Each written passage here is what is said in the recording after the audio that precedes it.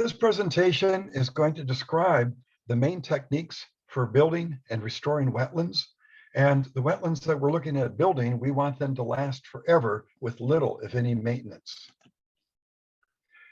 Here's a natural wetland, and this one's located on top of a mountain in Jackson County, Kentucky, on the Danube National Forest. We did carbon-14 dating on this, and we found that this wetland is over 10,000 years old. The wetland does not have a dam, does not have any pipes, no water control structures. It's on a sandstone ridge, and it's just beautiful. It goes through a wet and a dry cycle, and it's full of life.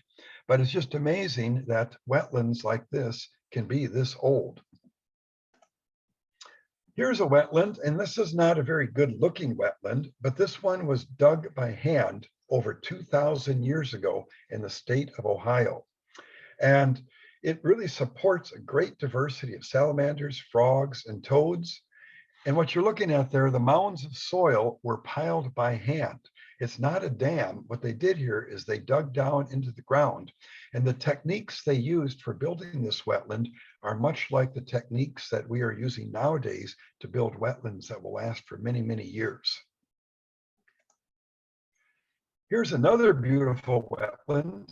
And this wetland was also dug by hand in the state of South Carolina over 300 years ago.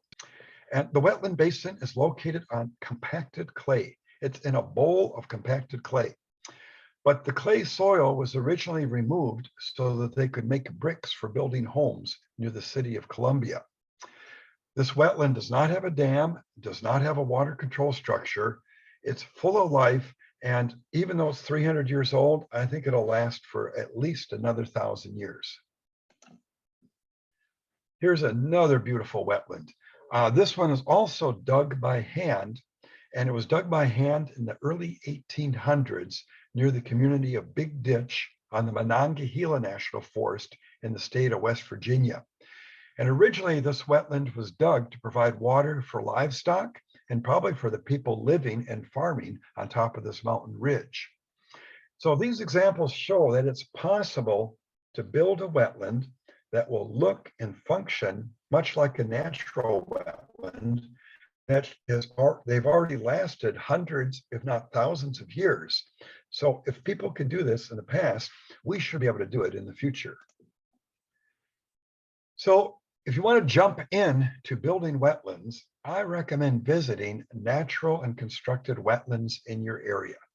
It's just like going out to purchase a home. You want to look at different homes. You want to look at what's in your price range. You want to look at features. It's the same thing with wetlands. Get out there and look at natural wetlands, constructed wetlands, and see what you would like to build. This is a natural beaver pond wetland, shallow marsh, and it's near the community of Trail, BC. I want you to look at the complexity of this wetland.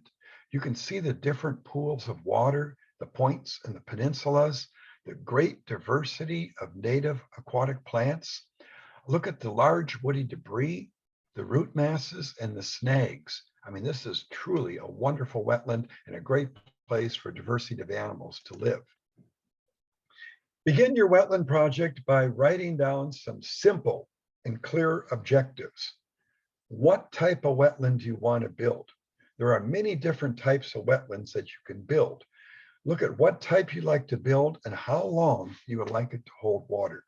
What you're looking at here is a shallow marsh or an emergent wetland. Maybe you're interested in building a shallow marsh like what you see here. We also call this an emergent wetland. This is like one of the most popular wetlands for people to build because they are full of aquatic life and animal life. So we restored this wetland 5 years before the photograph was taken. This is a shrub wetland. These wetlands are not very popular to build. I think it's because they're not the most attractive wetland. The soils are saturated. There's shrubs growing in it like alder and willow. But these wetlands are of great importance to nesting birds, and they're important to small mammals, and they're really important to moose for forage. Maybe you're interested in building what we an ephemeral wetland, also known as a vernal pond. These contain water in the spring following snowmelt, and then oftentimes they dry in the fall when we have less precipitation. We're building these to help amphibians and to provide migratory habitat for waterfowl. They're an interesting wetland and they're quite uncommon on the landscape. Now, ephemeral wetlands or vernal ponds may also be built so that the water levels fluctuate greatly. If the water levels fluctuate each day, you'll have mud flats that are exposed, and these are of great importance to shorebirds. They feed on the invertebrates in this mud. And it's now possible to restore wet meadow wetlands like what you see here. And these have this beautiful diversity of wildflowers, and they're used by many different pollinators. Now, your objective may also include building a variety of wetlands in one place. You don't have to build just one type. And what we're looking at here is an ephemeral wetland, which will dry in the fall, surrounded by a wet meadow. And in the distance, you'll see some swamp or some forested wetland. I recommend determining in advance how large you want the wetland to be that you're building. Small wetlands can have great value to animals. This little wetland that you see in this photo is about the size of an office desk, but it contains clam shrimp and marbled salamanders. Here's the clam shrimp that are in this tiny wetland, and here are the marbled salamanders. So some people live in a tiny house, many animals live in tiny wetlands. Now, wetlands can be built to provide habitat for certain species of animals. I work with some landowners who want to see wood ducks using the new wetlands that they're building on their land. So if you do some research on these animal species and their habitat needs, you can add features to these restored wetlands that provide for what they need. Well, we've been building wetlands for sandhill crane. Sandhill cranes will use these very shallow water, seasonally flooded areas and the tall grasses where there's lots of insects and frogs to eat. And also they're quite open so that they can do their mating ritual dances. Now, we're building wetlands to provide habitat for migratory shorebirds. These are some of the more difficult wetlands to build because you want the mud flats to be exposed and you don't want them to become dominated by vegetation. Also building wetlands to provide habitat for rare species of bats. Many of our bat species are now species at risk or faced with extinction. And these bats depend on water for drinking, especially the females when they're lactating during the summer. And you can build wetlands to help these rare species of bats. Deer hunters are very interested in wetlands. They want the water on their land for deer hunting. But in building these wetlands, you'll get the aquatic vegetation, which is very high in sodium. And this vegetation that's high in sodium provides critical minerals to the white-tailed deer. So if you know a deer hunter who wants wetlands, please work with that person because the wetlands will provide habitat for so many other animal species. We're building wetlands to provide habitat for rare species of amphibians. Here's a northern leopard frog, which is declining in numbers throughout North America. And we're able to build wetlands that they will use for breeding. Wetland plants like the buttonbush are used by the monarch butterfly. The monarch is declining in numbers across North America. We can build wetlands that have the plants that are used by the monarch. Okay, so where are you going to build this wetland? It's always a good thing to do to restore a wetland. And of course, it's a good thing to do to create a wetland. If you have access to the oldest aerial photographs, you may be able to tell where wetlands once occurred on the landscape that have now been drained and filled. When you look at this aerial photograph, the black areas show wetlands containing deep water, and the gray areas are the shallow water wetlands. And you can see the cutoff stream channels, which are wetlands. You can see the streams and the rivers. Now, the majority of these wetlands shown on this photo have been drained since 1929. And Another bonus is to georeference these historic aerial photos. And if you georeference them, then you can get out in the field and use the Avenza app on your cell phone, or you can use a Trimble unit, and you can find the exact borders of these historic wetlands and look for signs of drainage like ditches, and then you can plan your wetland restoration project. Here's an aerial photograph, and this was taken in the 1960s. And notice all the parallel lines. These are dead furrows. This area is in what we call lands, L-A-N-D-S. And lands were used to farm wetlands. So when you look at an old aerial photograph and see this pattern, you know that you can build a wetland here. Now, LiDAR images will really help you in finding dry basins of drained wetlands and ditches, even ditches that were dug by hand. This aerial photo, which is a LiDAR image, shows us ditches that were dug in the 1700s by hand, shallow ditches only 30 to 40 centimeters deep that are still visible on LiDAR. The majority of natural wetlands are found in shallow basins. And I'm going to repeat that. If you're looking for a drained wetland, look for evidence of a shallow basin that doesn't hold water. Now, naturally, these wetlands had a rim around the lower edge, and the rim was quite wide, at least 20 meters wide, and oftentimes had a slope of less than 3%. This rim acted like a dam, but it didn't look like a dam. Now, the thing to remember about wetlands, they always occur on sloped ground, but what they are is depressions on sloped ground with this natural rim around the lower edge. So think of potholes in a road. Basically, wetlands are potholes on the landscape that have this natural rim around the lower edge. Now, wetlands were drained by digging a ditch through this natural rim of the wetland.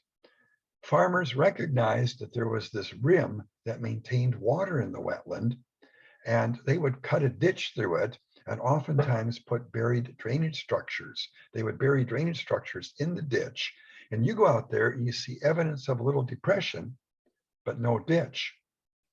And then it's time to think, well, maybe this wetland was drained by placing wood in the ground, rock, clay tiles, or plastic pipes. The number one clue to wetlands being drained is the presence of a ditch. If you see ditches, more than likely wetlands have been drained in the area. Then you should be looking for these shallow depressions that are dry. The dashed red line, the arrow you see in this photo, shows the center of a ditch that was dug to drain a very large wetland. Here we're looking for a ditch that cuts through the rim of a drained wetland. The dashed red line shows the ditch that was dug to drain the wetland. The yellow polygon shows where the ditch cuts through the natural rim of the drained wetland. And where it cuts through the natural rim, the ditch is deepest, looks deepest, and is narrowest. Ditches may be wide or they may be narrow. This photo shows a very wide ditch. Please don't fall into the trap of calling ditches natural wetlands that need to be protected. Ditches are linear, they have steep banks, and if you look at old aerial photographs, oftentimes you can see the historic wetland before the ditch was dug to drain it. The presence of dense reed canary grass provides clear indication that wetlands have been drained in the area. Please don't fall into the trap of calling areas of reed canary grass functioning wetlands. These are leftovers. What you're looking at here is a wetland that's been drained, and now reed canary grass is growing where the historic wetland used to be. Another sign of drained wetlands can be ruts in the road. If somebody's driven through the area and they've almost gotten stuck and there's water standing in the ruts, you are looking at an impacted wetland and a site where you can build a wetland of most any size. So please take your time examining areas on the ground, get out there and do a lot of wandering and look for vertical holes in the ground that could indicate subsurface drainage systems. and just spend time looking for level areas where wetlands can be built. So we're going to go through some simple steps that you may want to follow to help you build a successful wetland.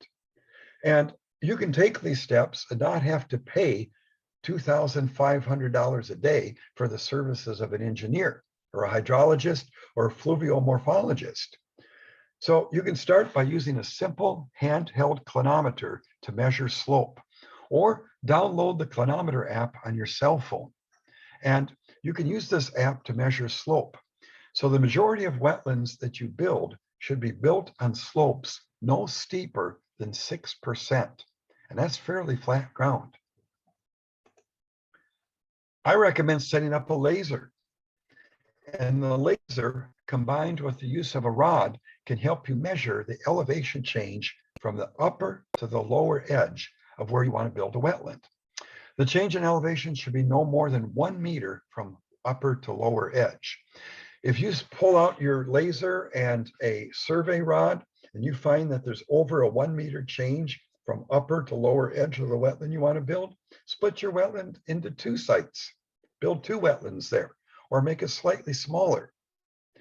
I have found that the slope is so important in building wetlands. The flatter the ground, the larger the wetland you can build, at the lower the cost. And people generally underestimate slope. It's usually much steeper than you think.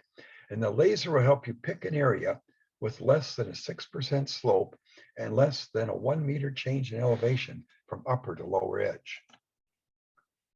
I've developed a key to help you choose the best technique for building wetlands on the site. And you can go to my website and download this.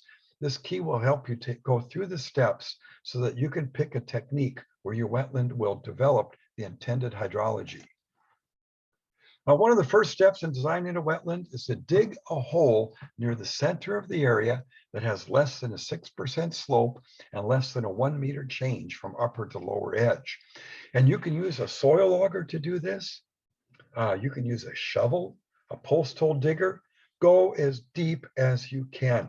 Go at least 1.3 meters deep with your test hole. And it's best to dig additional test holes just to find out if the area has variable soils. So here we are digging this test hole in the center of a planned area, and then get down and look for water entering the hole. If there's groundwater on the site, you'll be able to hear it with your soil auger. You'll be able to see it on the auger. And after you pull that auger out of the hole, look into that hole, use the flashlight on your smartphone and see if water enters the hole. If water is coming in from the sides, you'll be able to build a wetland on the site using what we call the groundwater technique. Now, here we are pushing what's called a tile probe into the ground.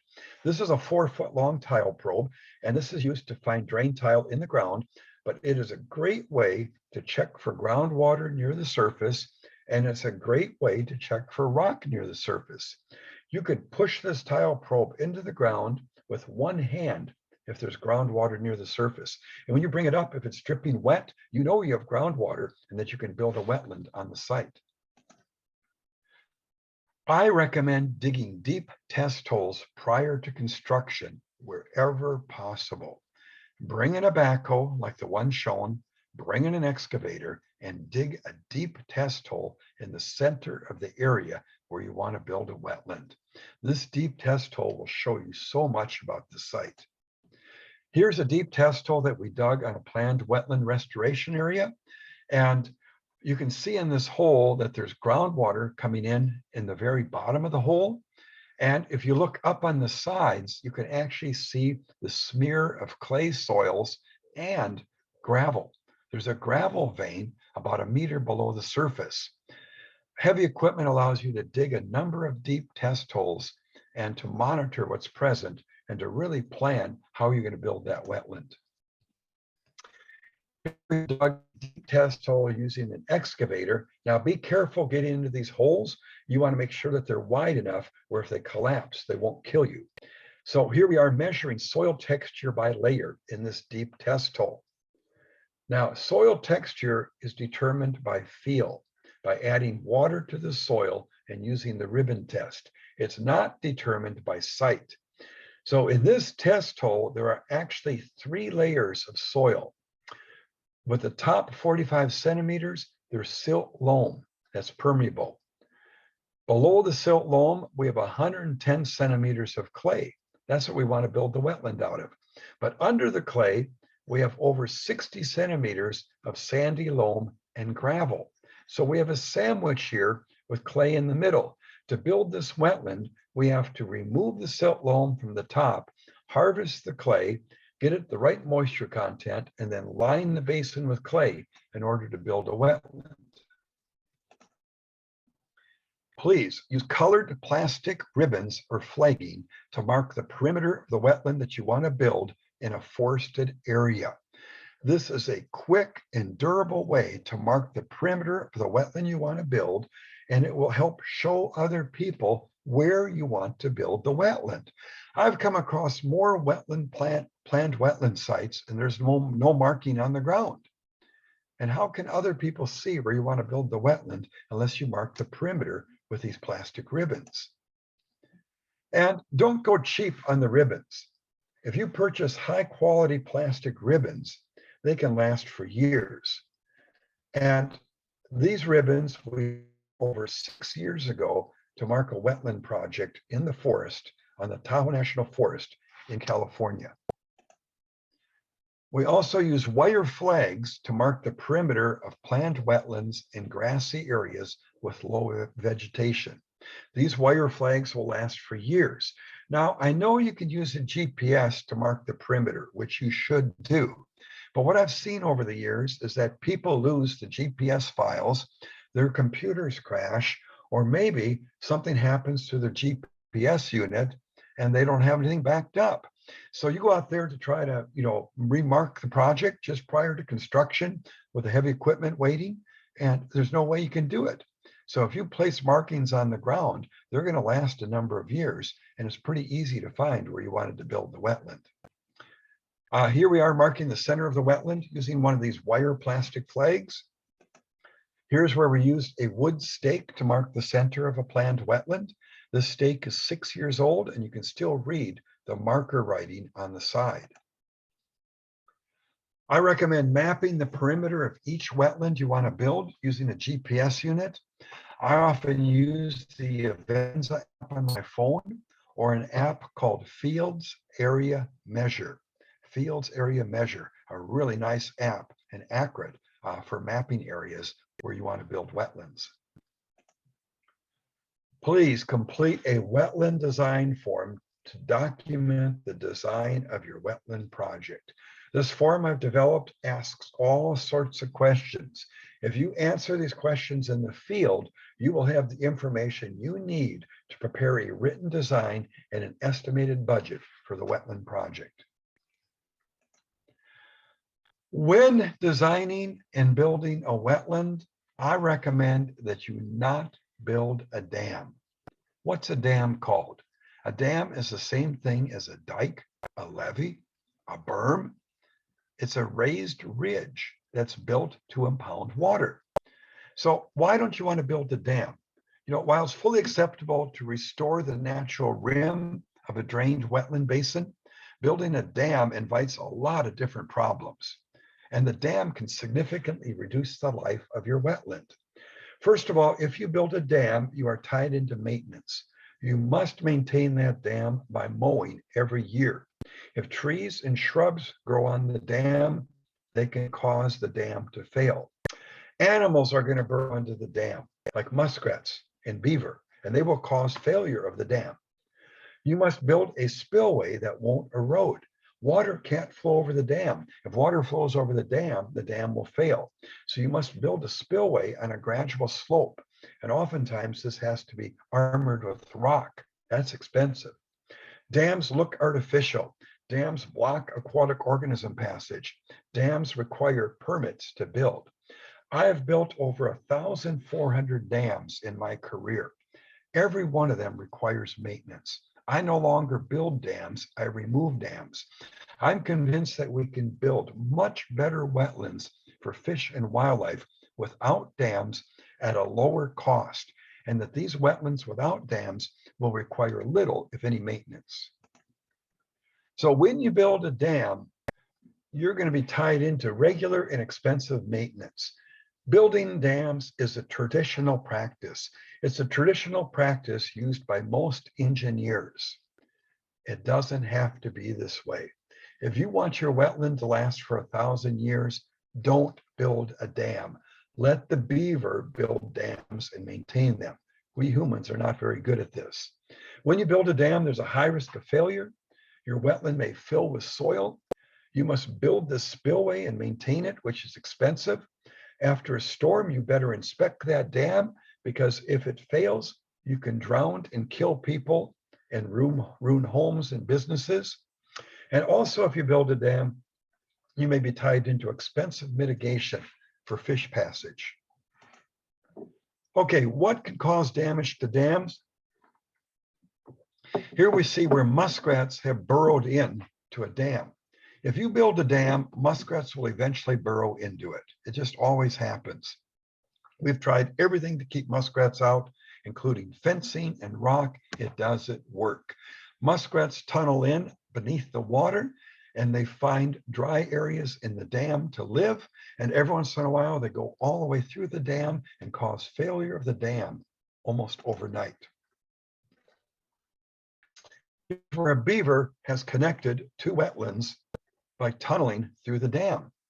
What beaver do is that we will build wetlands that are stair-stepped on a drainage like rice paddies.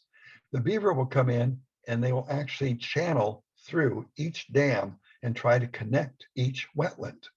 And in channeling through them, because they're on different elevations, the water flows from high ground to low ground and you lose all your wetlands. So this is just what beaver do. We can't stop them from going through dams. So if you don't build a dam, you won't have beaver problems with your wetland. Okay, the cows were largely responsible for the failure of the dam you see here. And this dam was built for a wetland in Kentucky, and livestock had access to the dam and to the spillway, and they caused head cuts to form in the spillway. The head cuts caused a deepening and a widening of the stream channel leaving the wetland, and they have caused failure of the dam and massive erosion. So if you didn't build a dam, you would have these problems with the wetland and the spillway. All right, all pipes must eventually be replaced. This is not my quote. An engineer told me this years ago. If you put a pipe in the ground, someday you're going to have to dig it up. So some people think it's really important to add a drain pipe to a constructed wetland. Remember, all pipes require maintenance, and they will eventually cause the failure of a wetland. Natural wetlands don't have pipes. Why do we think we need pipes in constructed wetlands? Avoid using valves and boxes when building wetlands.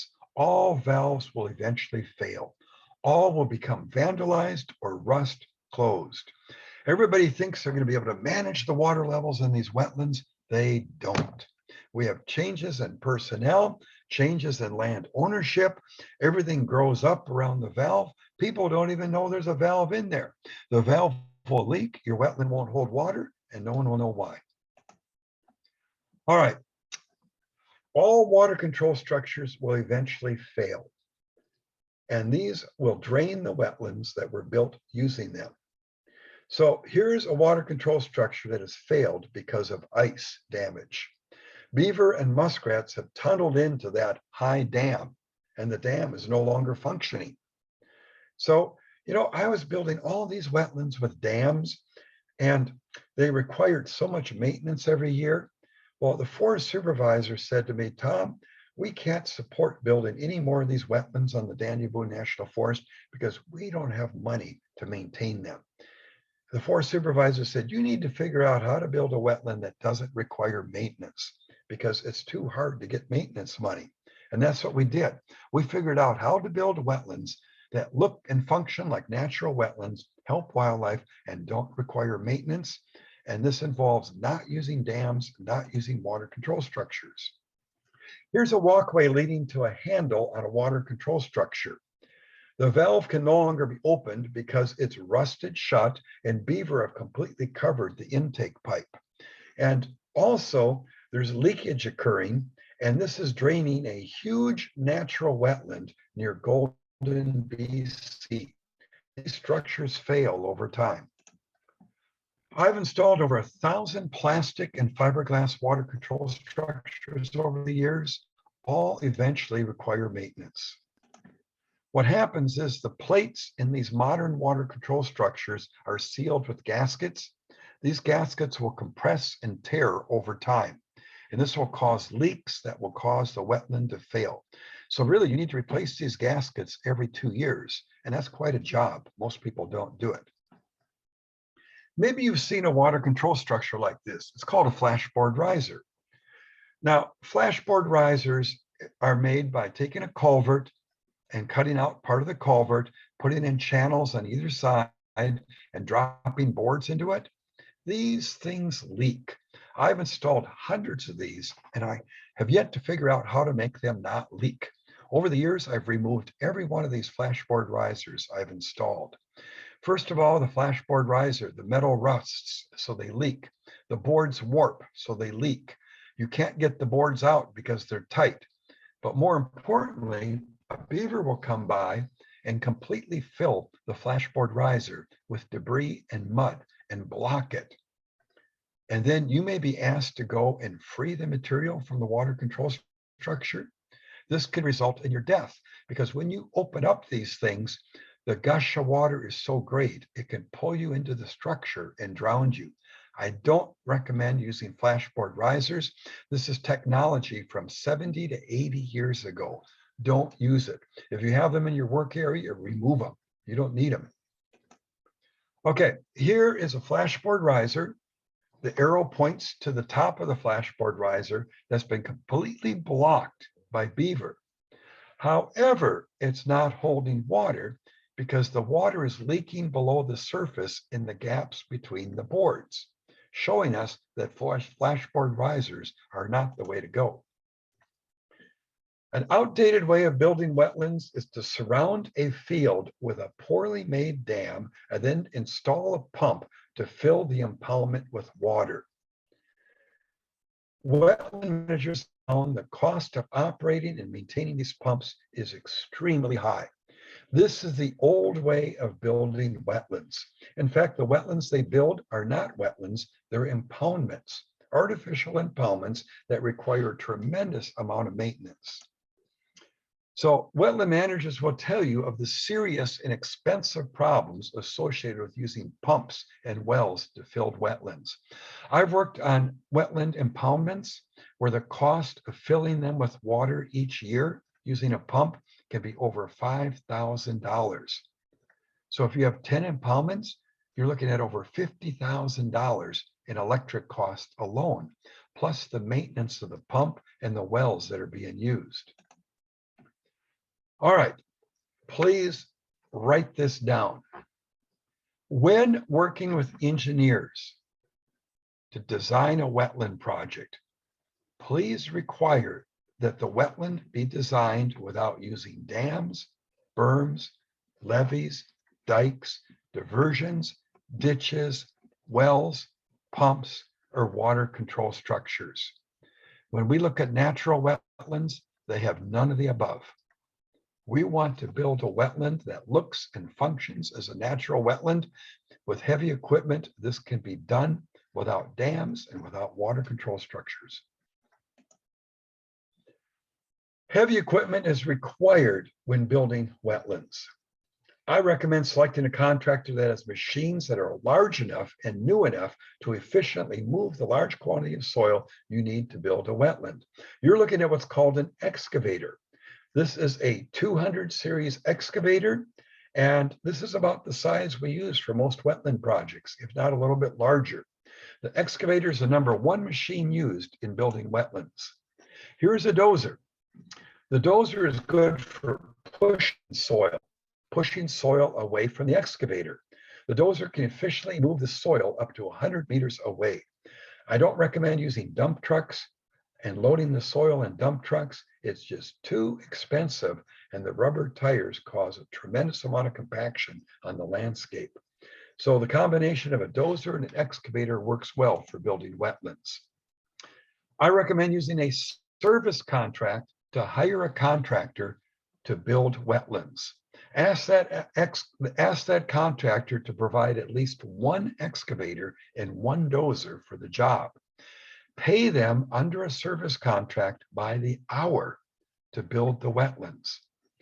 If you go with a service contract and pay your heavy equipment contractors by the hour, the cost of building a quality wetland will be 1/10 that of using a construction contract where you pay by the job.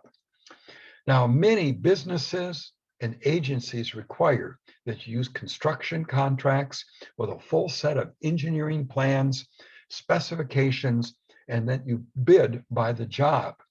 You better have a lot of money to do this, folks, because it can be at least 10 times the cost as using a service contract. And I've seen where construction contracts to build wetlands are 100 times the cost of using a service contract.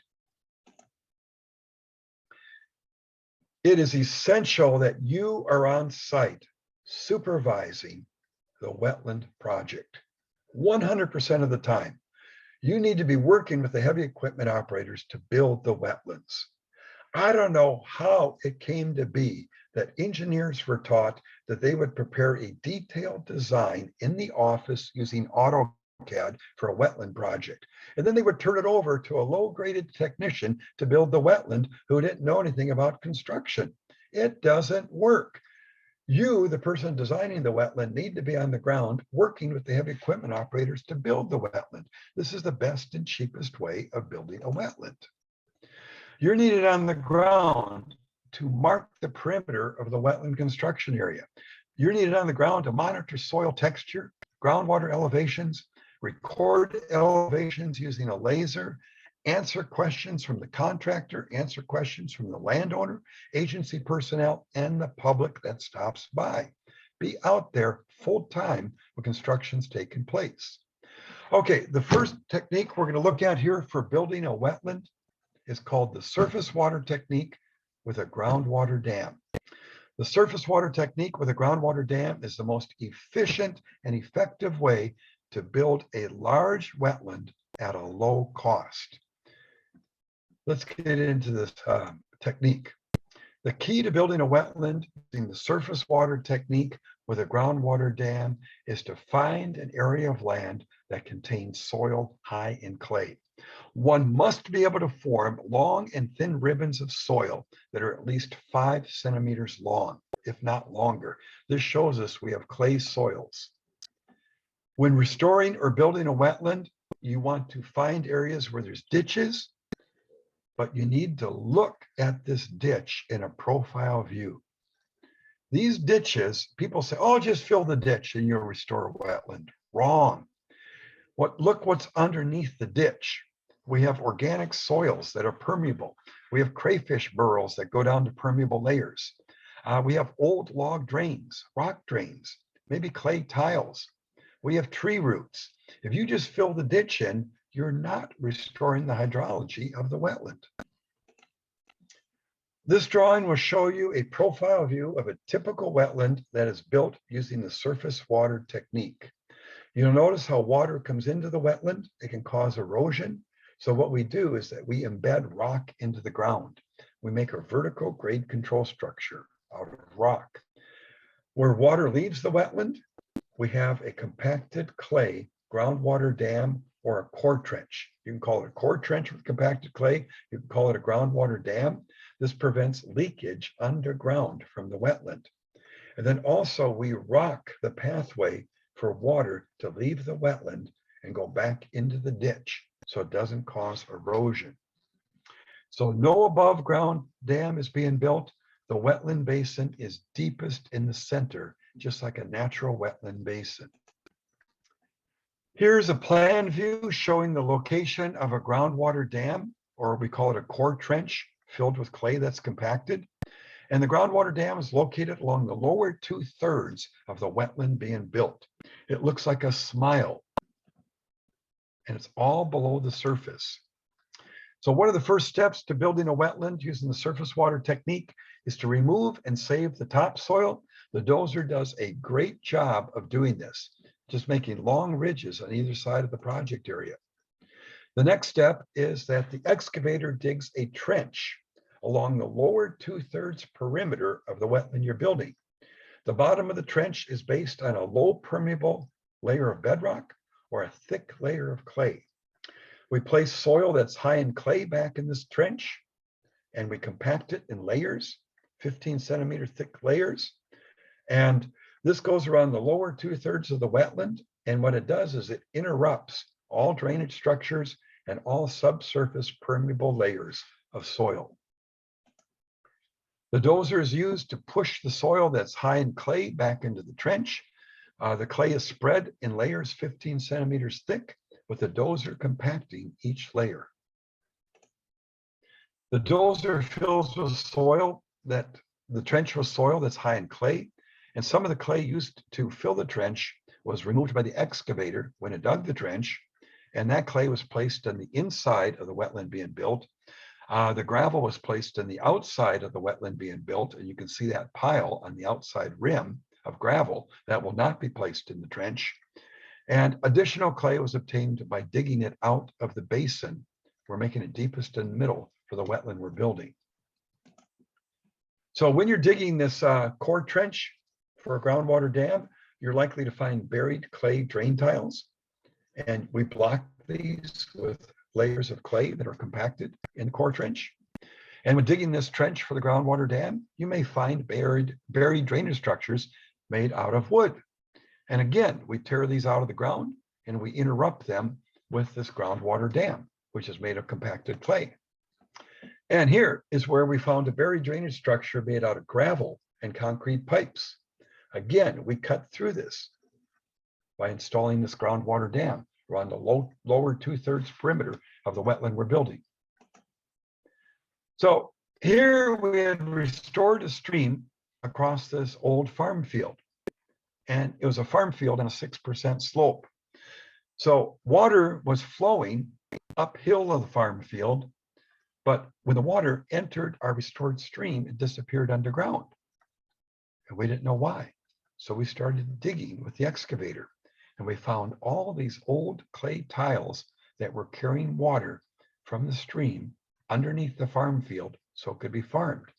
We removed these clay tiles and we filled the ditch with soil that was high in clay and compacted it in layers that were 15 centimeters thick. And then the stream that we restored started flowing on the surface instead of being pulled underground in these clay tiles. So digging the trench for a groundwater dam will also expose drainage structures that are made out of plastic. Remember, these were used in the 1970s to the present. And look at the gray color and modeling of the soil just below the elevation of the drain pipe. This shows that the drain pipe was controlling the elevation of water in the ground.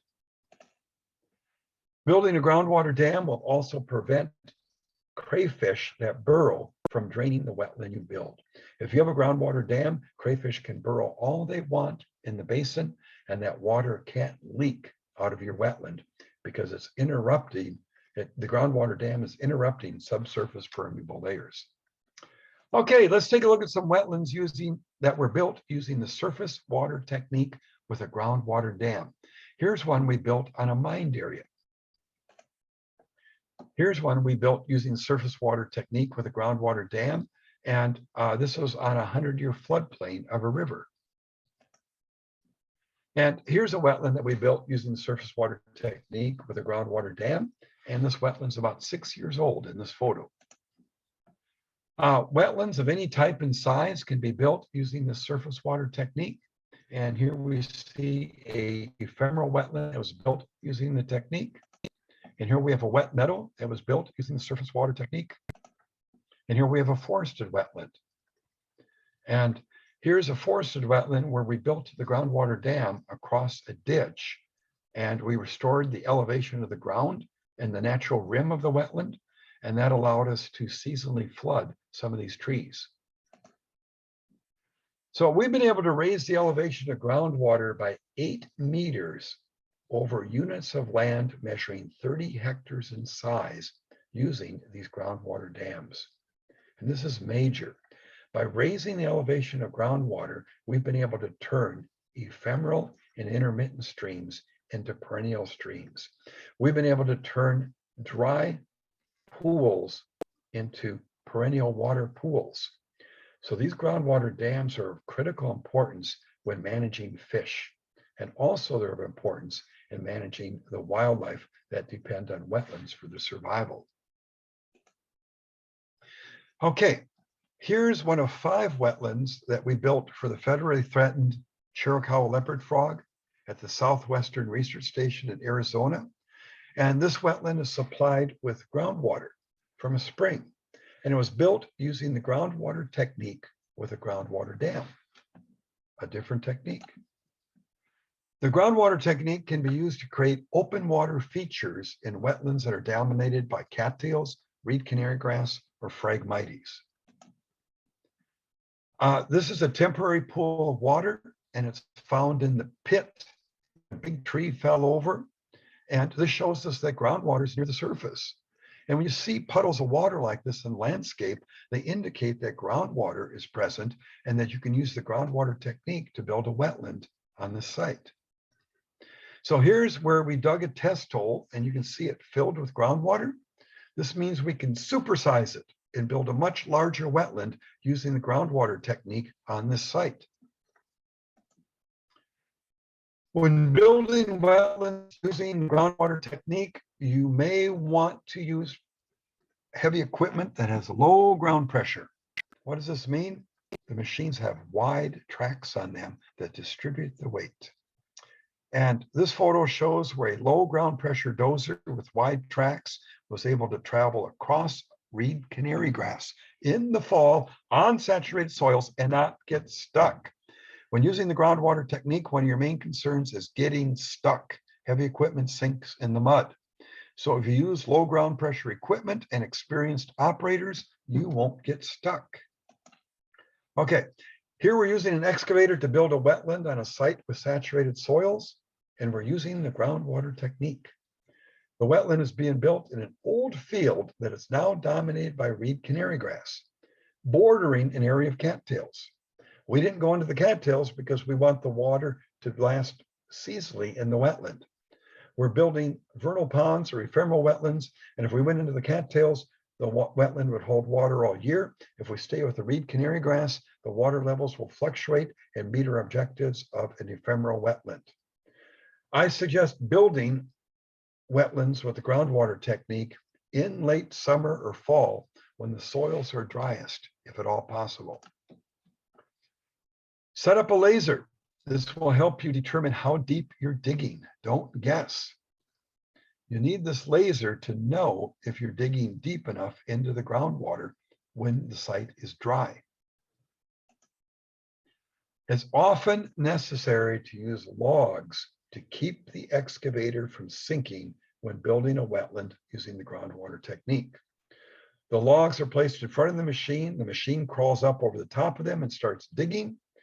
The logs are even in diameter.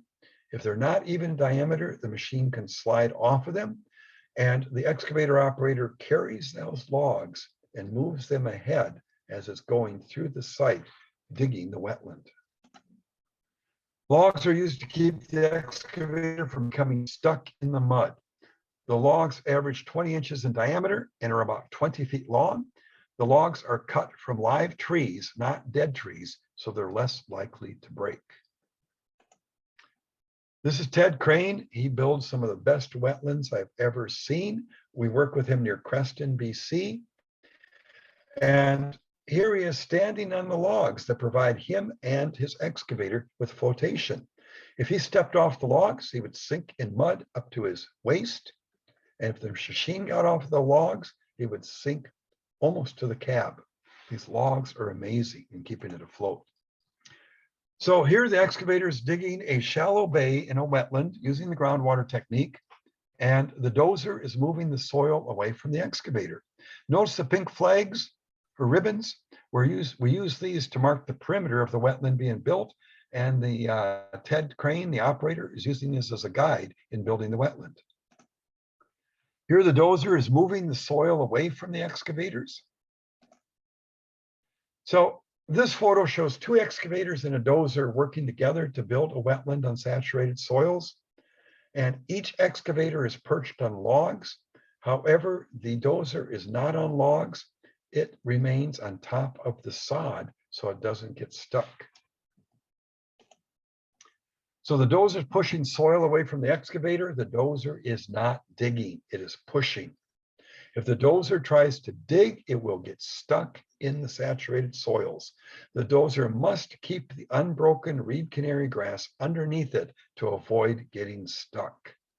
Let the excavator do the digging. The excavator places the soil on the reed canary grass. The dozer pushes it away.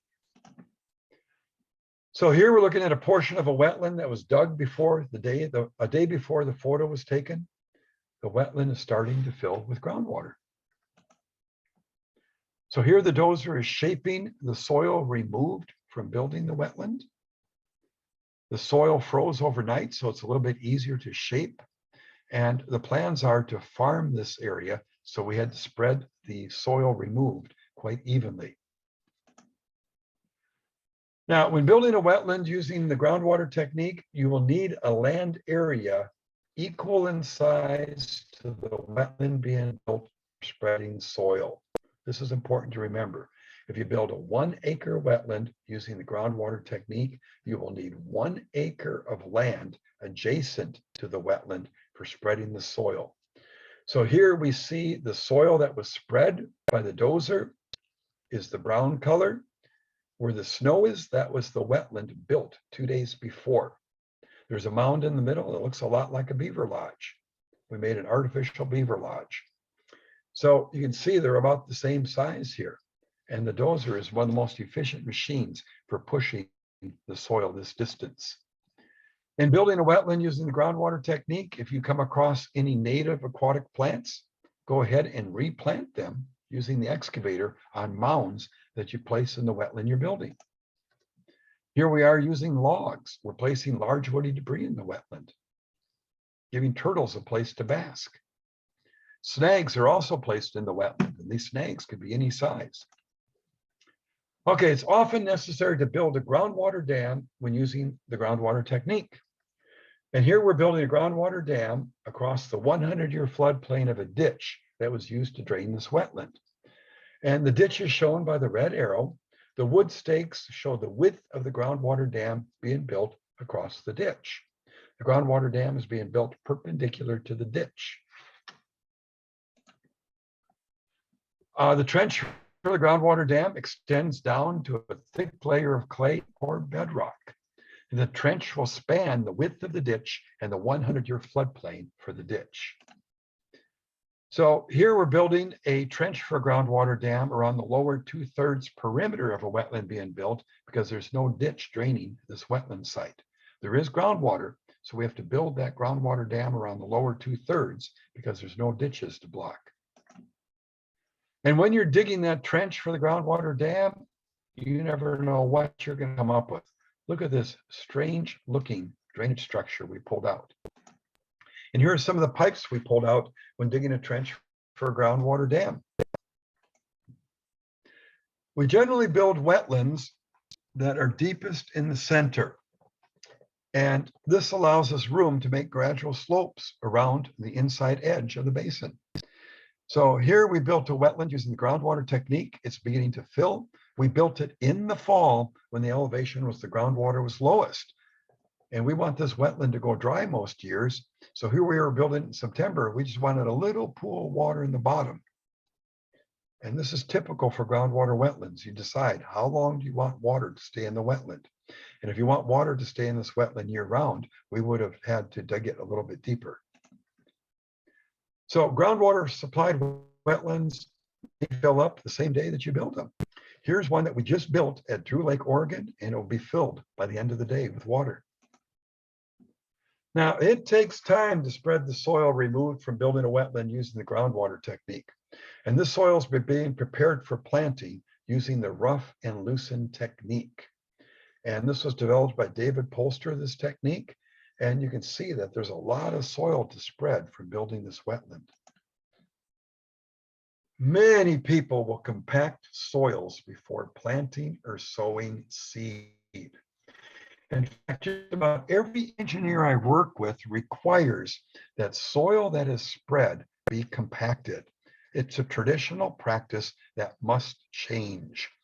If you compact the soils that you spread from building a wetland, you'll be lucky if even a few plants grow.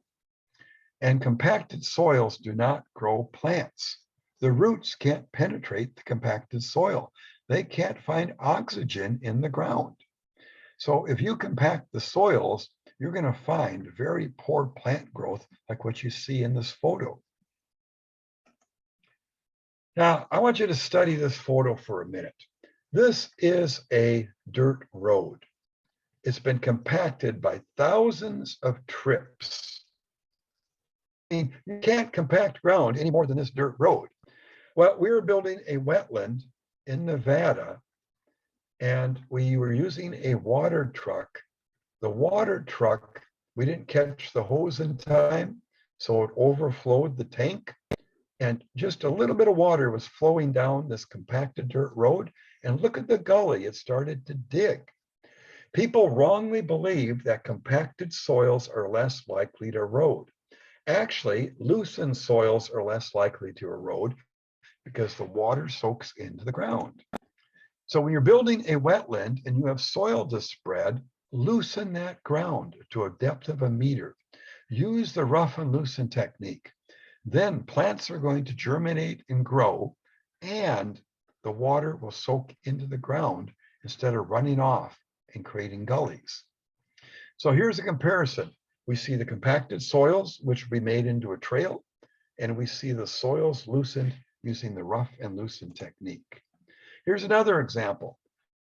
This woody debris was placed on ground, loosened with the rough and loosen technique. Here's heavy equipment operator Grant Midall, and he's standing in a wetland that he restored the same day using an excavator. And what he did is he used the rough and loosen technique to rough and loosen the soils in the basin of the wetland he built and around the basin. Now, with this pit and mound topography, you can expect quite a diversity of plants and animals to colonize that wetland. And with this pit and mound topography, cattails won't dominate the wetland, Phragmites won't dominate it, and reed canary grass won't. There are too many microsites for plants to grow of different species. Now, it's really important to quickly seed and plant the wetland you build. Within a day of construction, I suggest collecting seeds from native plants in your area, maybe even while construction is taking place, and sowing these the same day the wetland is built. Look at this high diversity of native aquatic plants that are in this restored wetland. We use the rough and loosen technique to shape the basin of the wetland and the soil around it. We did no seeding, no planting. The wetland is only 2 years old. If you have any doubts about the rough and loosen technique, look at this photo. Now what we're doing is we're establishing wet meadow wetlands on the soil that is removed from building wetlands using the groundwater technique. Okay, let's go over that again. You're building a wetland using the groundwater technique. You have all this excess soil to spread. If you loosen that excess soil and you level it and loosen it, you'll get wet meadow wetlands to develop, which are the rearing areas for many of our frogs, toads, and salamanders. Here's an area where excess soil was spread, building a wetland using the groundwater technique, and it became a wet meadow wetland. Again, it was loosened using the rough and loosen technique. Here's a stream that we restored the same day we restored it, and we restored this on an oil well pad, and we used the groundwater technique. And this river, we restored this using the groundwater technique. Okay, this next set of photos shows wetlands that have been built using the groundwater technique. And you're looking at a wetland that is still under construction. Looks pretty ugly, doesn't it? The excavator is spreading the soil removed from building this wetland. Here it is 1 year later. amazing. The saturated soils support the tremendous growth of rushes, sedges, and other native aquatic plants. We have very few problems with non-native plants in the wetland areas. Where we have the concerns is the higher, drier ground. But the wetland itself, usually the native sedges and rushes come in quite quickly. Here's a wetland that we built to provide habitat for the northern leopard frog in the Creston Valley Wildlife Management Area near Creston, BC. This photo was taken 6 months after construction. And here's a wetland that we built using the groundwater technique near Meadow Creek, BC. And here is an entire valley that we restored, eliminating ditches, restoring numerous wetlands. And this was all done using the groundwater technique. It's only 2 years old in this photo. And here's a wetland we restored from a golf course on Salt Spring Island in BC. The site was dominated by reed canary grass. I mean, it was covered with reed canary grass. And here's what it looks like within a couple years after construction. And here's another wetland that we restored using the groundwater technique. Again, this area was dominated by reed canary grass. So wetlands can be built with a smooth and compacted basin. And if you build them with a smooth and compacted basin, you can expect them to be taken over by reed canary grass or cattails. However, if you build a wetland with a varied bottom using the rougher loosen technique with deeper pools, mounds, loosened soils, you can expect a diversity of plants, aquatic plants, to colonize the site. Here we have a mound that we purposely placed in a wetland. We did not compact the mound. And look at how it's acting like a planter to provide habitat for plants and animals. So here's a 1-day-old wetland we restored using the groundwater technique. And this is near Cranbrook, BC. Here's a wetland that we built using the groundwater technique. And this was built about 15 years ago. Sure looks natural, doesn't it? Okay, here is another technique. We've gone over the surface water technique with a groundwater dam. We've gone over the groundwater technique with a groundwater dam. Now we're going to go with the compacted clay liner technique. The compacted clay liner technique, we use this to build wetlands on sites that have at least 1 meter thick layer of clay texture soil. So to build a wetland using this technique, you better have at least 1 meter thick of clay soil near the surface. There's no groundwater. We've dug test holes. There's no groundwater. The clay is not deep. And we want to use this technique to restore Blue Lake, natural ephemeral wetland on the Lincoln National Forest, New Mexico. Blue Lake is a naturally formed ephemeral wetland. It occurs at high elevation over 8,000 feet above sea level. And it's in a basin. It doesn't have a stream coming into it. It doesn't have a stream leaving it. Ponderosa pines surround Blue Lake. It's largely a dry meadow containing grasses with an occasional patch of sedge. The region receives less than 20 inches of precipitation annually.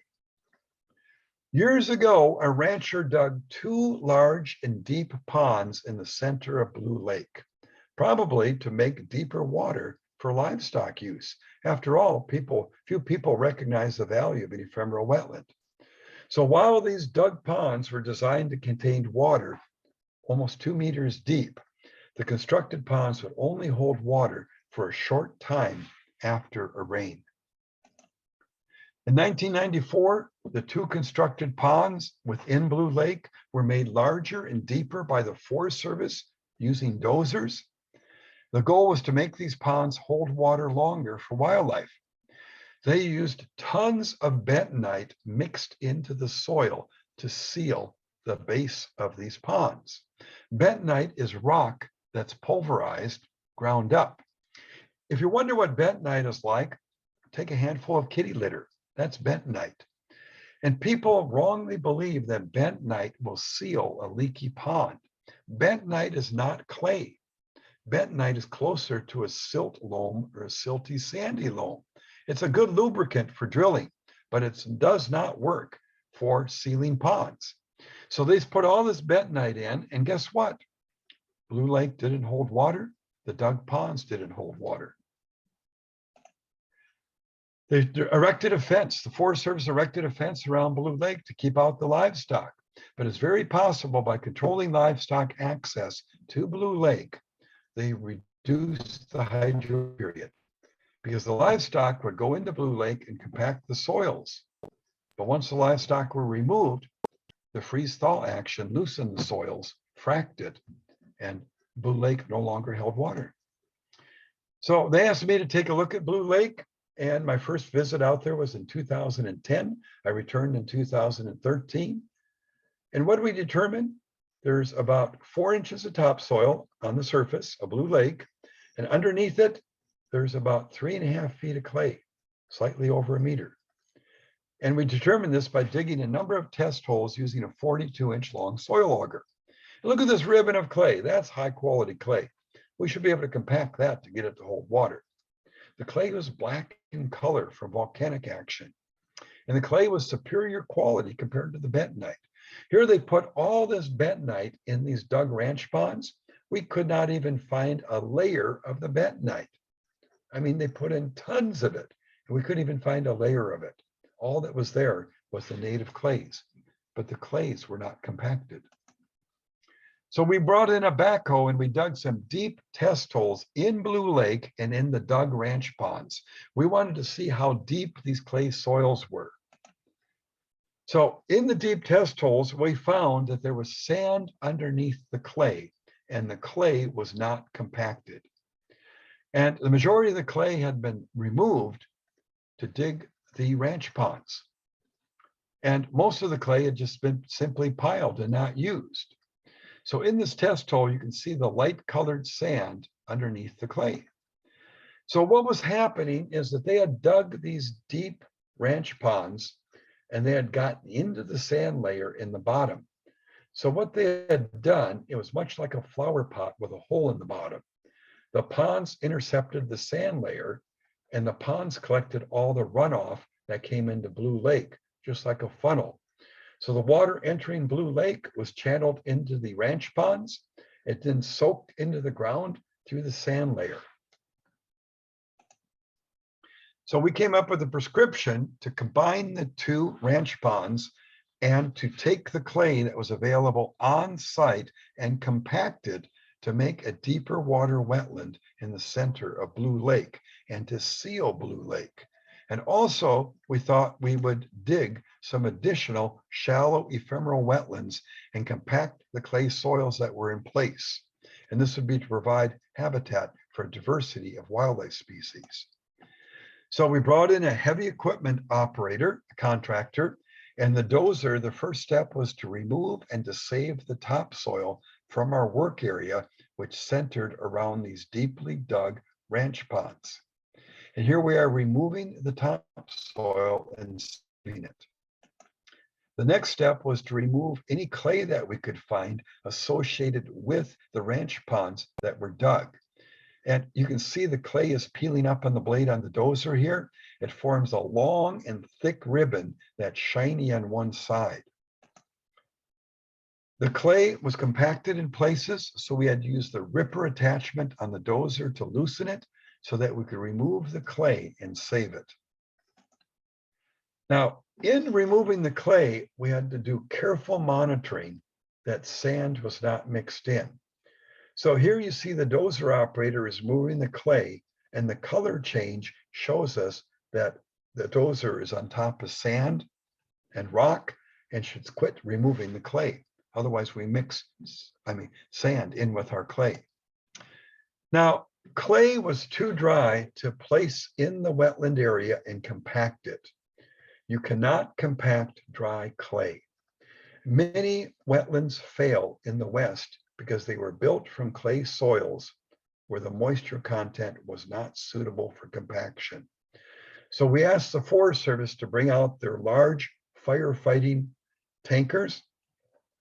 And what we did is we piled the clay and then we mixed it with water to get the right soil moisture content so that we could compact it using rubber-tired backhoe. So here, Todd Rollinson, the biologist on the site, he is spraying the pile of clay as Dean Terrell, the dozer operator, mixes water in with the clay. The next step was to take this moistened clay and to spread a 15-centimeter thick layer in the basin where we combined the two ranch ponds. The backhoe is used to compact the clay. Backhoes have rubber tires. They have greater ground pressure. The operator filled the bucket with soil for added weight, and it's being used here to compact a 15-centimeter thick layer of clay. This takes time to compact clay. This technique costs a lot of money because of the time it takes to use and the need to add the water to the clay that has the right moisture content. We would have to run over each layer of clay at least 4 times with the backhoe. So here the backhoe is spreading a layer of moistened clay over the inside slope of the wetland basin. The stake was set to serve as a guide to the operators so we know how thick the clay is.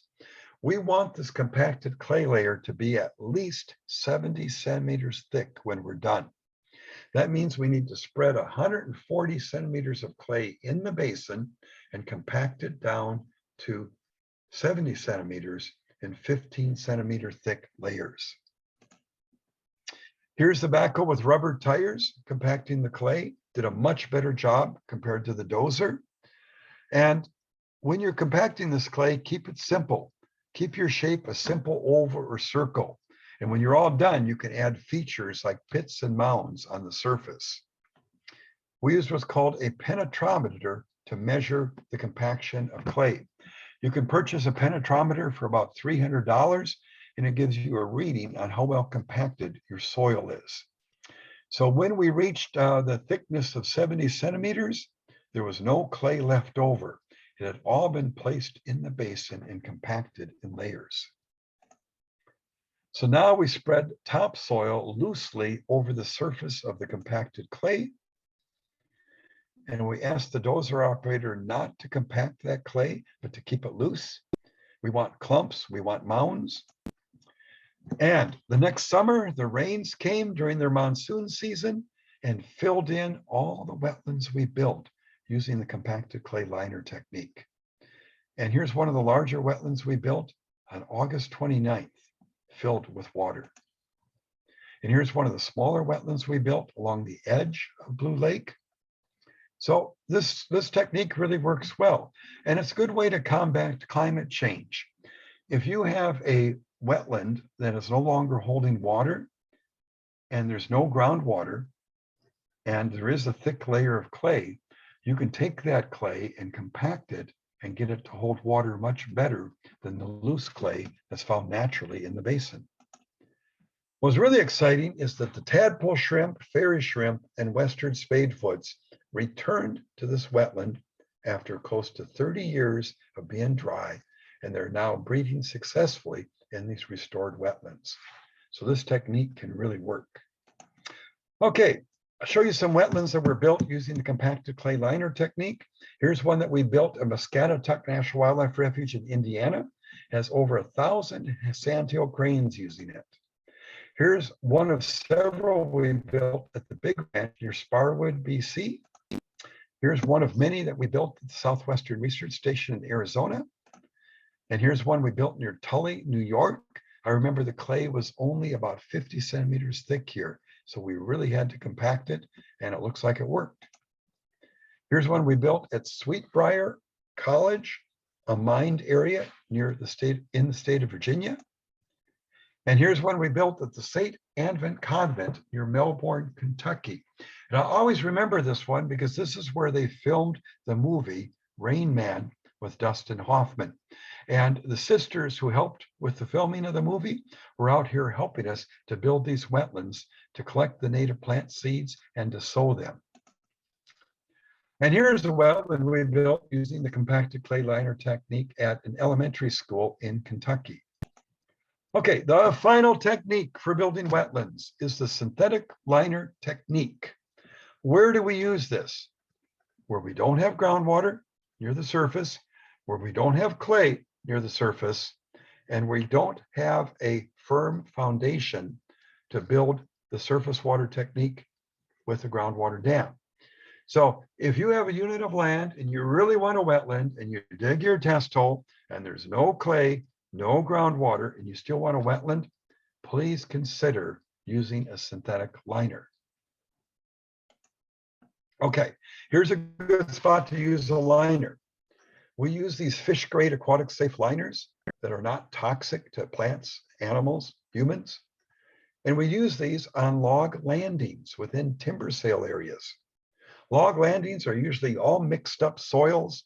They have buried rock, wood. You can't make them hold water without the use of a liner. You have all that money that came in from the timber sale. Maybe you could have access to that money to build a wetland using the synthetic liner technique. And here's a profile view showing how to build a wetland using the synthetic liner technique. And you can see that the liner, which is fish grade and aquatic safe, it is sandwiched between two thick layers of fabric called geotextile. It is anchored along the top edge using 12-inch long landscape spikes and is covered with at least 15 centimeters of soil. Let's go through the steps of using a liner to build a wetland. First of all, find a flat piece of ground. How flat? Less than a 6% slope. Make sure you don't have more than a 1 meter change in elevation from upper to lower edge. Mark the perimeter using these plastic flags. Bring in an excavator. The larger, the better. Make sure it's a thumb attachment if you need to remove trees. So here we are using the excavator to remove the shrubs and trees from a location where we're going to build a wetland using a liner. Notice the piece of rebar? We use that to mark the center of the wetland we're being built. Now, after the trees and shrubs are cleared, we dig a hole in the center of the area where the wetland's being built. The elevation in the bottom of the hole is equal to the final depth of the planned wetland, plus the thickness of soil to be placed over the fish grade liner and geotextile that were placed in the basin. So see how the individual's down in that hole using a laser to take elevations, and that is the depth of the final wetland plus the thickness of topsoil we're placing over the liner. All right, a stake that we made using rebar, we drive this into the bottom of the hole. The stake marks the center of the planned wetland. The elevation of the base of the stake is equal to the final depth of the planned wetland plus the thickness of soil that we placed over the fish grade liner. The stake serves as a guide when digging the basin. The wetland basin is dug deepest in the center with slopes no steeper than 20%. The gradual slopes, no steeper than 20%, prevent the soil that is placed over the liner from slipping downhill. If a cow gets into this wetland or an elk, it can make the soil slip down towards the center if the slopes are steeper than 20%. Digging the wetland basin is like removing pieces of pie from a pie pan. You remove one slice at a time. It's of critical importance to be on site working with the heavy equipment operator to build a wetland using a liner. Here we've placed the end of a tape over the rebar stake in the center. We stretch it out to a distance equal to the radius of the liner being used. The laser is used to check the elevation of the ground at a distance equal to the radius of the liner being used. All of these elevations around the perimeter must be the same. Any low spots will control the depth of water in the finished wetland. Think of a children's swimming pool. If somebody is pushing on the edge, you have a low spot where water leaks out. Putting these liners in is like trying to put in a children's swimming pool and make sure that it's even along the top edge. Elevations are checked before the excavator moves in to dig another section of the basin. And once the basin is dug, all rocks are removed by hand. We don't want to put the liner in over sharp rocks. So this takes hand labor and it takes time. We use buckets to help us carry the rocks out. We want to do everything we can to get this wetland to hold water. And when it does, we're happy. If it doesn't, we don't know what else we could have done. My success rate using liners has been 100% because we have followed these steps. Students are often asked to help us rake and to remove rocks when building a wetland. using a liner. This is how we build most wetlands at schools. We have all this child labor available, and many of them have never used a rake before or a shovel. It's a great learning experience. We use a pickup truck to transport the liner and the geotextile from where they're being stored to the work site. They come one piece and factory seamed. So here we're using a thick layer of fabric called geotextile in the basin. We put this in the bottom of the basin to protect the underside of the liner that we're using. This material is one piece factory seamed and is quite thick. It's called 16 ounce. We place the fish grade liner or aquatic safe liner over the geotextile. The fish grade liner is factory seamed, cut to the size that we specify. Is fish grade. It is 30 mil PVC, 30 mil RPE, or 45 mil EPDM. Do not seam these in the field.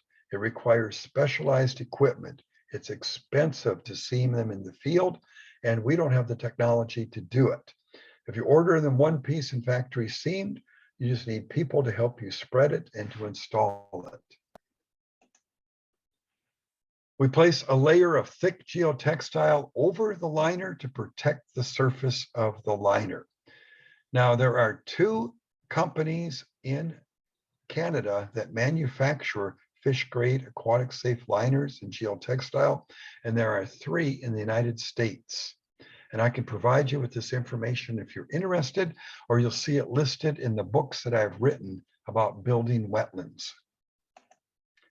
We use 12-inch long landscape spikes to anchor the top edge of the fish grade liner and geotextile.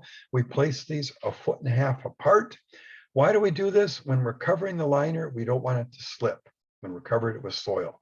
We don't need these anchors after the liner's covered with soil, but we leave them in because it would be too much trouble to remove them. And here is how the geotextile and the liner are anchored. These are 12-inch long spikes, and they prevent it from slipping when you're covering it with soil. Trim off the excess material. Don't leave it. If you leave the excess material, you have to cover it, and it looks like you put a donut around your wetland. So here we are using these blades to trim off the excess material. And then we set flags, wire flags in the ground along the edge of the liner so that the heavy equipment operator knows where the liner is during the process of covering it with soil. We don't want heavy equipment to run on these liners. Under no circumstances should you allow heavy equipment to travel over the liner. If you do, the liner will shear. It's due to differential compaction. And this is how our success rate is so high. We keep heavy equipment off the liner. Okay, here's the liner that's sandwiched between layers of geotextile, and it's ready to be covered with soil. The depression is shaped like a large satellite dish. Notice how the wire flags mark the edge of the liner for the heavy equipment operator. Notice how the wood is staged around the outside perimeter. We're going to place much of that in the finished wetland. Now the excavator is used to place 6 to 8 inches of soil over the liner and geotextile. Absolutely no heavy equipment is allowed to travel over the liner. The liner will tear if heavy equipment drives over the liner. Here we're placing at least 15 centimeters of soil over the liner, including the top edge of the liner. We want no part of the liner exposed. If you leave the liner exposed, it will deteriorate in the sun. I've seen many liners left exposed, and after 15 years, they crack and fail. Another big problem is that if you leave part of the liner exposed and your water levels drop, any amphibian and invertebrate leaving the water will be cooked on the black surface. And I've seen thousands of toads fried on the exposed edge of liners. So please make sure that every bit of your liner is covered with soil. This will protect the liner. People ask me, how long will a wetland last that's built with a liner? And the answer is forever if that liner is covered with soil. Plastic does not deteriorate in the ground, especially when it's covered with soil and water. Okay, here is the wetland that we built using a liner that's covered with soil using the rough and loosen technique, and large woody debris has been placed. It's a mess. The basin is a mess, but that's what wildlife management is all about, making messes where animals can live and hide. This will fill with water and serve as great habitat for the California red-legged frog, a federally endangered species. Okay, so why cover your liner with soil? You never know who's going to have a dance when you build. And if you've covered your liner with geotextile, and if you've covered it with soil, it doesn't matter if bear or elk take a dance in your wetland. Okay, we can build wetlands any size using liners. And here we are building a wetland that's 1.5 acres in size and 3 meters deep using an aquatic safe liner. And we're placing the liner and geotextile in the basin in strips that are roughly 24 feet wide. And we have a professional crew on site seaming each strip of geotextile and liner material. See that little machine they're using to seam the liners? That's a $12,000 machine in the US. And so if you can get your liner one-piece factory seamed, you can save a lot of expense. But if you want to build a huge wetland using a liner, the technology is there. And here we're using a large excavator. This is a Cat 336. Oh, actually, it's a 335. We're using a large excavator and a 950 cat wheel loader to cover each strip of liner and geotextile with soil before the next sheet is seamed. And we continue to work our way across the basin. No heavy equipment or wheeled vehicles are allowed to travel on the liner or geotextile at any time. And here's a new stream that we built using a liner and geotextile in Nevada. And here's a large wetland we built using a crew that seamed each strip in Nevada using liners and geotextile. Wetlands built with liners look like any other wetland that you may construct. And here's a smaller wetland we built using an aquatic safe liner. Another one that we built and planted supports a great diversity of plants. We're building wetlands using liners to provide habitat for federally endangered species in the US. And we're especially targeting the California red-legged frog. And here's one of many wetlands we've built using a liner on the Tahoe National Forest in California. And this is a fish grade liner, aquatic safe. Of course, there's no fish in the wetland. It's just called fish grade liner. And this wetland is being used by California red-legged frogs for breeding. Here's another wetland we built using a liner. And this is also being used by California red-legged frogs for breeding. And here's a wetland that we built that's being used by northern red-legged frogs. And this is one of many wetlands we built from a blacktop road near Squamish, BC. And here's a wetland we built at a school, Lillooet at Kaiwish Elementary in Lillooet, using a liner. And here's one we built in Kentucky in a stormwater basin using a liner. And you can build wetlands in urban areas. Oftentimes the soils are not high in clay and there's no groundwater. So you can use a liner to build a naturally appearing wetland in an urban area. And this one's being used by quite a diversity of dragonflies and frogs. And here's a wetland that we built to treat runoff from a roof at a school in eastern Kentucky. Okay, in summary, there are some features you may want to add to the wetlands that you're constructing. Beaver canals. We purposely dig beaver canals because we see these features in many natural wetlands. We purposely place snags, tall snags, in and near the wetlands we're building. Now, note how we crunched up the top of the snag and had a chainsaw cut. I don't like looking at chainsaw cuts. So we broke off the top of it and we placed the snag in the ground about 1/3 of the length. And within a day, we had bald eagles resting on top of the snag.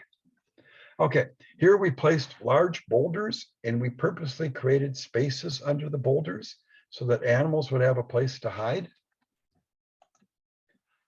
Here's the soil that was spread near a wetland area, and we shaped it with pits and mounds and loosened it using the rough and loosen technique, added large woody debris, great habitat for small mammals, and we can expect a wet meadow wetland to develop on the site. Now, how's this wetland look?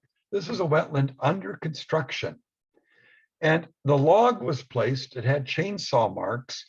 So what we did is that we placed an upended stump root mass at the end of the cut mark on the log, covered it with soil, so it looks like this large tree fell into the new wetland.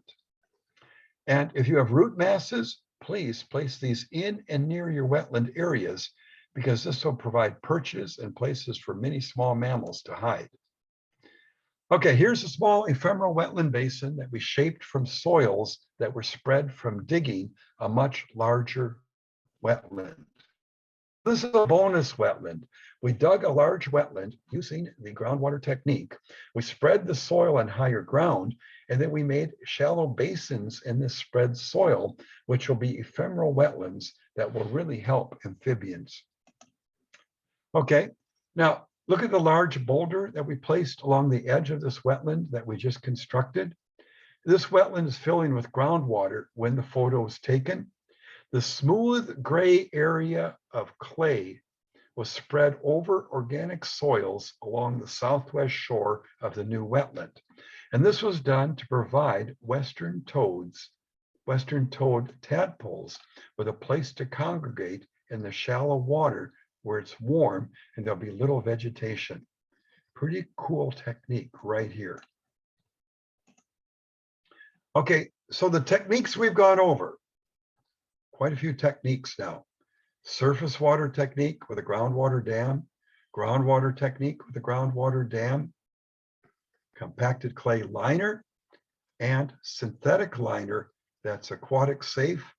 You can build naturally appearing and functioning wetlands that should last forever using these techniques. Restored wetlands, created wetlands can add great beauty to the landscape. If you avoid constructing dams and berms, and by not placing water control structures and pipes, you can build a wetland that should last forever without maintenance. The wetlands you build can support a great diversity of plants. The wetlands you build will help waterfowl and many other wildlife species. The wetlands you build can greatly improve opportunities to photograph and view wildlife. But more importantly, the wetlands you build can be enjoyed by young and old for many generations to come. Please read the books I've written about wetland construction and restoration, so you learn more about how wetlands were drained and how wetlands can be restored. Please contact me if you have any questions about wetlands and their restoration. And I'm happy to work with you to restore wetlands, to design wetlands. It's one of the most rewarding things that we can do with our lives to bring back this imperiled habitat.